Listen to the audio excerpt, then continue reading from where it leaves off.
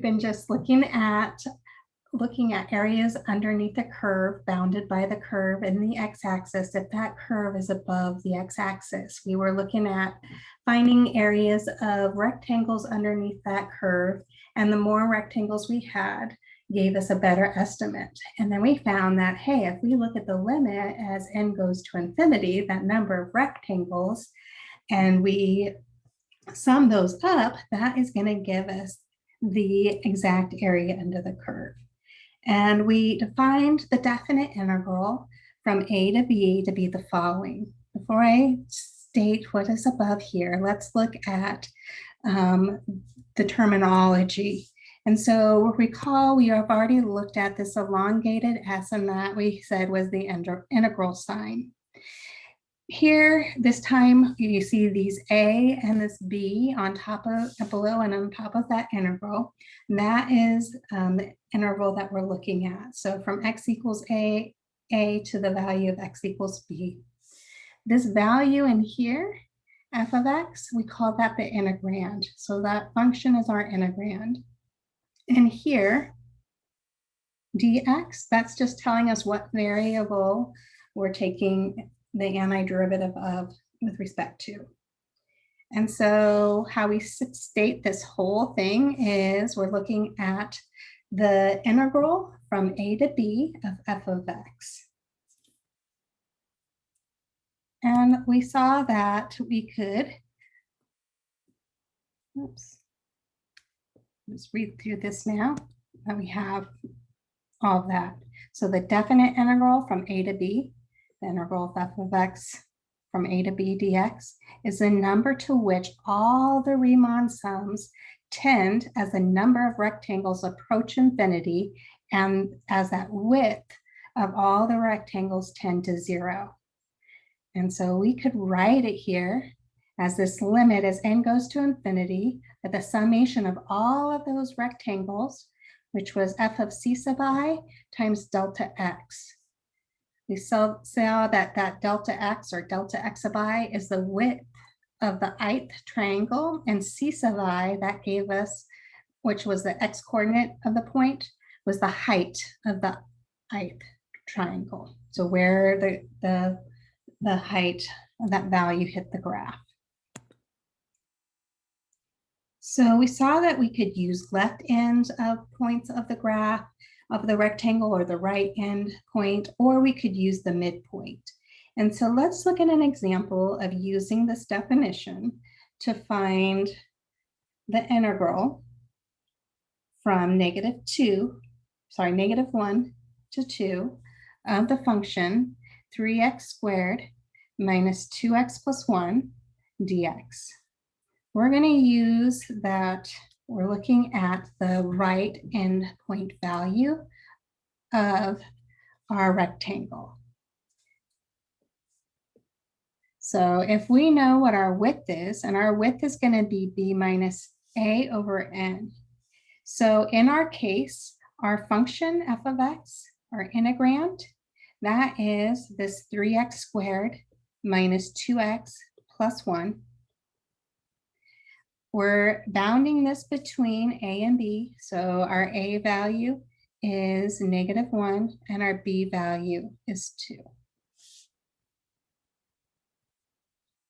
What I was just going to show over here, so the width of our rectangle, we said again, was b minus a over n. So the reason why we use this formula here to get the right endpoint is if this was our a value, we know that to get to the end point of our rectangle, wherever it's going to hit, we need to look at a plus the distance of that base of our rectangle, which is this. But that just gets me 1 away. So if I want to get the second one away, my k value would have to be 2. So 2 times that, the bases, 1, 2, would get me here. And so we have to start with this. And so in our case, our c sub k value, this is going to equal our value where we're starting, which is -1, plus k times b minus a over n. You have to find that anyways. And so b minus a over n in our case is the upper bound is 2 minus our lower bound, -1, all over n, which gives us 3 over n. So we have k times 3 over n. And right now we're just looking at this being our c sub k. We have to find f of that c sub k value.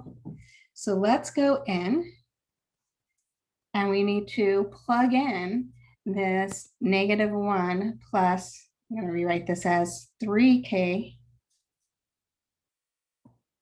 over n. And we need to go in and we need to plug it in wherever we see an x and f of x.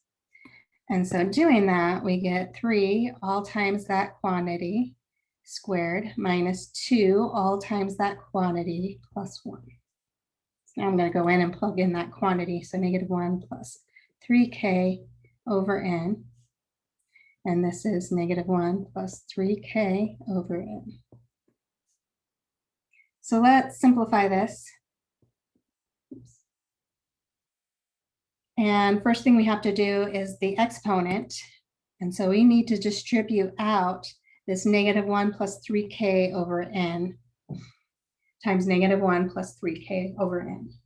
And so if we do that, we get 1 plus 6k over n plus 9k squared over n squared. Now let's distribute our -2 inside the parentheses. So -2 times -1, so plus 2.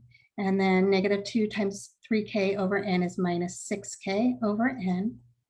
And bringing down our plus 1. So let's distribute the 3 inside the parentheses. And so we get 3 plus 18k over n plus 27k squared over n squared. Bringing down the plus 2 minus 6k over n plus 1.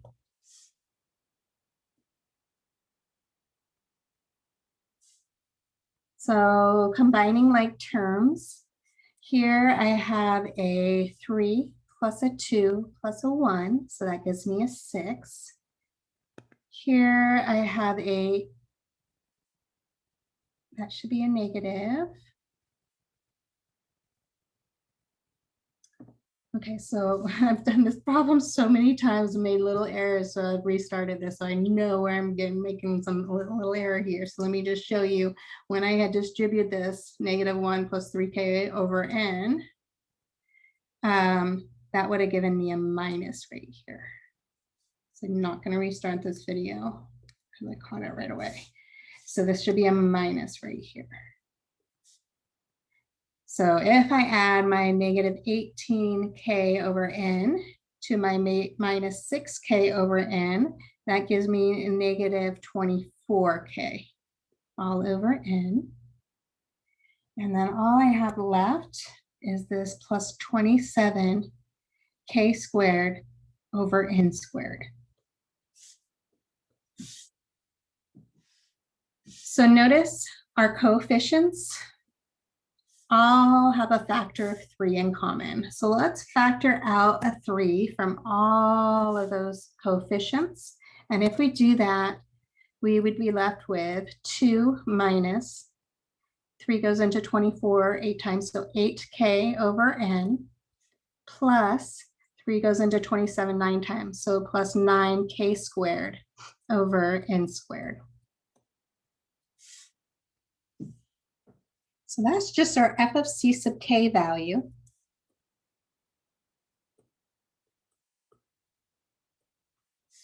But we need f of c sub k times delta x.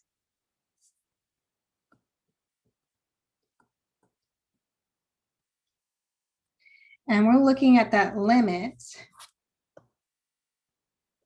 as n goes to infinity of that summation, k equals 1 to n, of this f of c sub k value.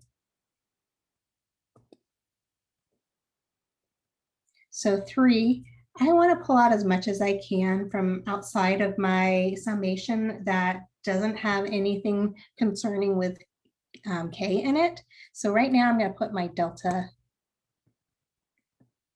times delta x in there, times delta x, which is 3 over n, times this piece of my f of c sub k. I already have the 3 there. So all times 2 minus 8k all over n plus 9k squared all over n squared. And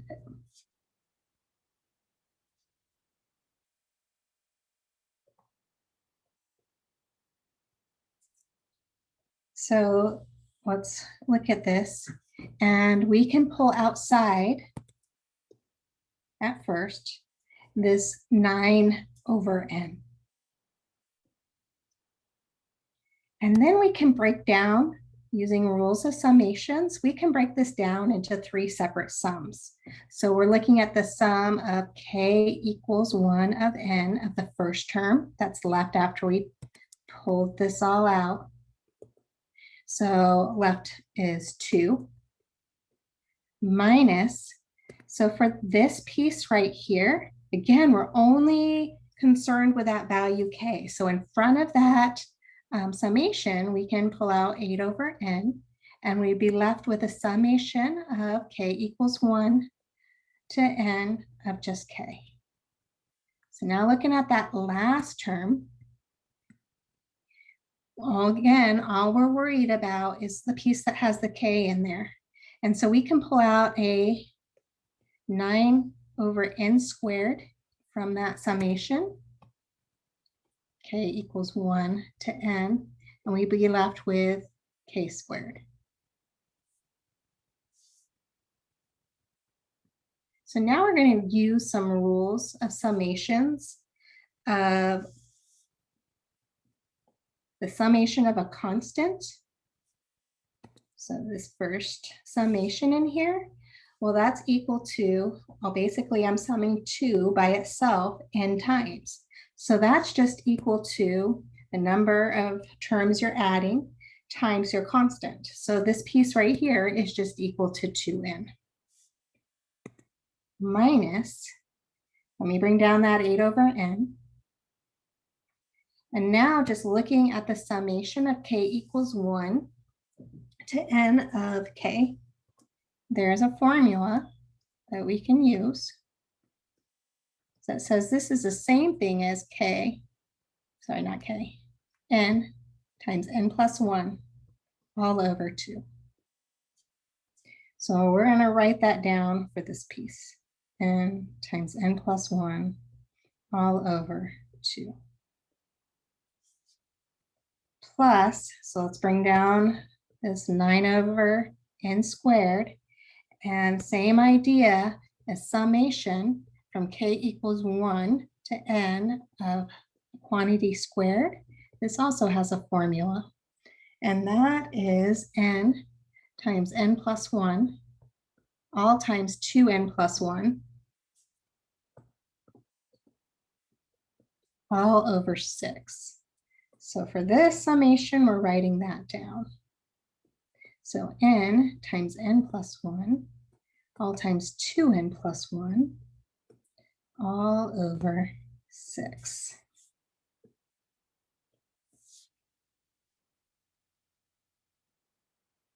Okay, so we can simplify a little bit. We also are going to need to distribute that 9 over n. So let's work with this. So maybe before we distribute that 9 over n, we can simplify some of these fractions a little bit. So notice that here, the second piece inside the bracket, I have an n in the numerator and an n in the denominator. Those cancel. And 2 and 8 both have a 2 in common. So 2 goes into this 8 4 times, and 2 goes into itself 1 time. Over here, I have an n in the numerator, I have an n squared in the denominator. So that will just cancel with one of them. I also noticed that 6 and 9 both have a 3 in common. So 3 goes into 6 twice and 3 goes into 9 3 times. So let's rewrite this a little bit. So limit n goes to infinity. And I am going to now distribute this 9 over n to my 2 over n. I'm sorry, 2n over 1. So notice that my n's will cancel when I do that. So that's going to just leave me with 18. When I distribute this over here, if you're okay, let's just do it. So 9 times 4, so this is minus 36, all times the quantity n plus 1. That's just from this 9 times this 4 times this parentheses. And then I'm going to be left with an n in the denominator. Plus, so now I'm taking this 9 and I'm multiplying it times this 3. This gives me 27.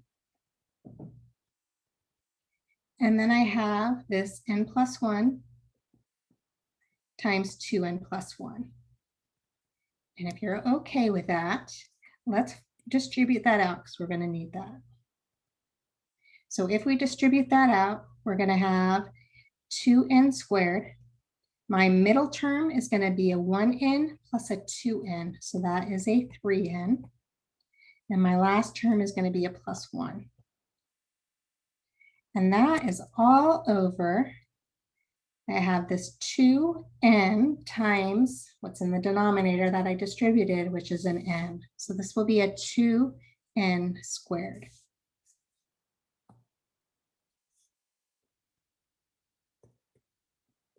So I'm looking at the limit as n goes to infinity of 18. And now let's distribute the negative 36.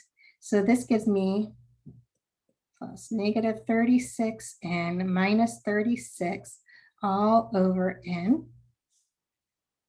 Plus, now let's distribute our 27 inside the parentheses. So this is 54n squared plus 3 times 27, 81n plus, there should be a 1 there, 27 times 1, which is 27, all over 2n squared. So we're using rules of limits. Started out in this class with limits, going back to it. So we're using the rules of limits. We can break this down as a sum of limits. So the limit of a constant is just equal to that constant. So the limit as n goes to infinity of 18 is 18. Plus the limit as n goes to infinity of this second piece. I get infinity over infinity. Maybe I should rewrite this out. And so if I get infinity over infinity, I could use L'Hopital's rule, which says take the derivative of the top all times over the derivative of the bottom. So let's use L'Hopital's on this rule, and then another piece we'll use the other rule. So if I do that, derivative of the top is negative 36 plus 0 all over the derivative of the bottom, which is 1. Plus, again, if I look at the limit of the third grouping in that bracket, I get infinity over infinity, which is indeterminate. It doesn't tell me anything. So I notice if I use L'Hopital's, I'd have to use that rule twice before I could take that limit and find the value. If we have a polynomial divided by a polynomial and we get infinity over infinity, remember that there was a trick that we could divide every single term by the term with the highest power. So like in here, we're going to multiply everything through, just second piece, by 1 over n squared. And then we can use the rule that 1 over infinity, or a number over infinity, goes to 0. So if we distribute 1 over n squared to the numerator, let me just write down the limit again because we still haven't taken it, and manipulate it. So 54 n squared times 1 over n squared, that is just 54. plus 81n all over n squared. That gives me 81 over n, plus 27 times 1 over n squared is 27 over n squared, all over, now distributing this 1 over n squared times 2 over n squared, that gives me just 2.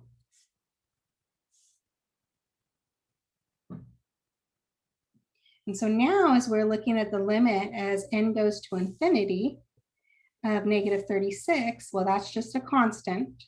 The limit of a constant is a constant. So bring down the 18.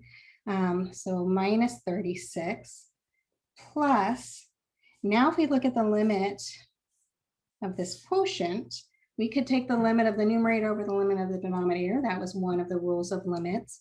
And if we look at the limit as n goes to infinity of 54, I get 54. The limit as n goes to infinity of 81 over n, that goes to 0. Limit as n goes to infinity of 27 over n squared also goes to 0. And the limit of the denominator of 2 goes to 2.